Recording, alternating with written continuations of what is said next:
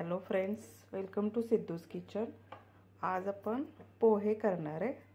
आता हे मऊसूत बराच वेळ एकदम मऊसूत असे पोहे हे राहतात ह्या पद्धतीने केल्यानंतर।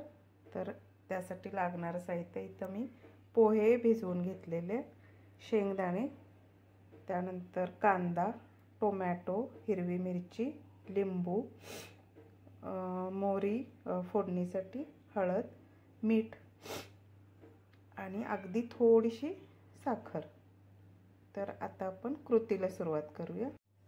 इथं मी तेल गरम करायला ठेवलेलं आहे।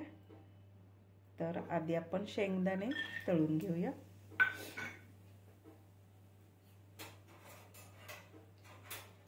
शेंगदाणे आपले हे तळून झाले।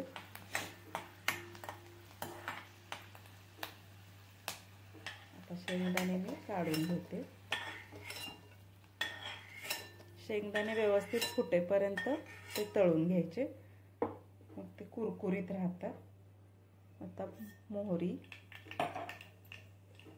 घातली, मोहरी तडतडली की आपण कांदा टाकूया। कांदा आणि मिरची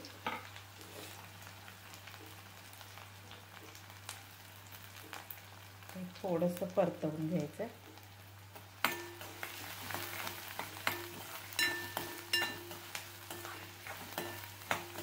गाजर, बटाट्याच्या भाज्या टाकून पण पोहे खूप छान लागतात। आता ह्याच्यात मी फक्त टोमॅटो टाकणार आहे। टोमॅटो टाकूया।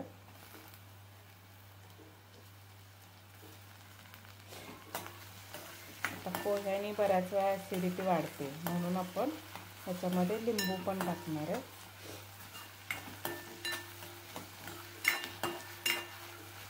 थोडा हे व्यवस्थित परतून झालं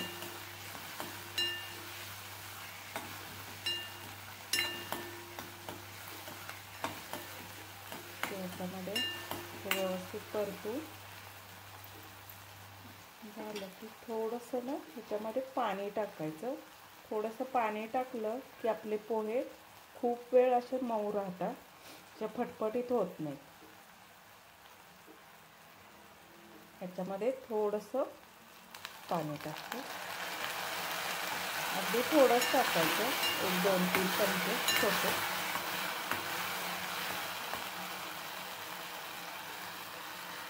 पोहे बघा तुम्ही अशा प्रकारे करून, पोहे अगदी मऊसूत राहतात।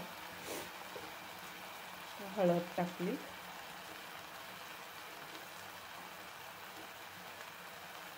त्यानंतर चवीप्रमाणे मीठ मिक्स करून घ्यायचं।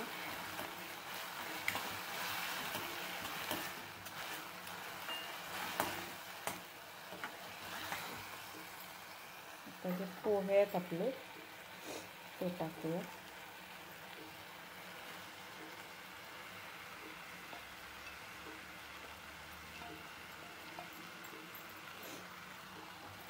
व्यवस्थित मिक्स करून घ्यायचं। हे बघा, ते पोहे थोडेसे असे ओलसर झाले पाहिजे, मग ते बराच वेळ मऊ राहतात।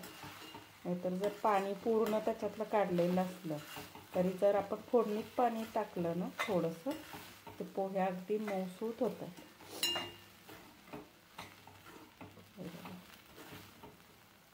हे बघा, पोहे कसे मऊसूत झालेत, लुसलुशीत।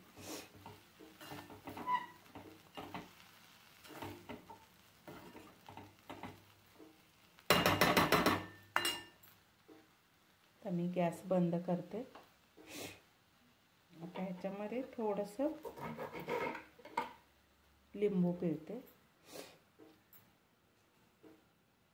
कांदा पोहे करताना त्यामध्ये लिंबूचा रस टाकायचाच, कारण मग ॲसिडिटी वाढत नाही।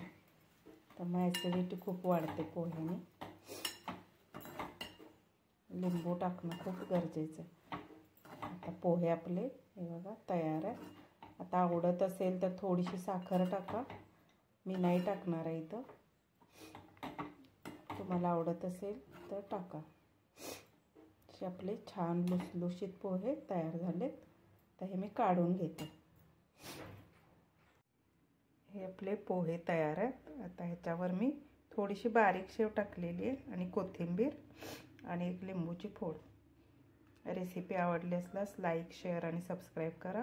पोहे तुम्ही ह्या पद्धतीनं करून बघा. फोडणीमध्ये थोडंसं पाणी टाकलं ना, पोहे खूप वेळ असे मऊ राहतात. आणि या पद्धतीनं करून बघा, तुम्हाला नक्की आवडतील. कमेंटमध्ये मला सांगा. रेसिपी आवडल्यास लाईक, शेअर आणि सबस्क्राईब करा. थँक्यू.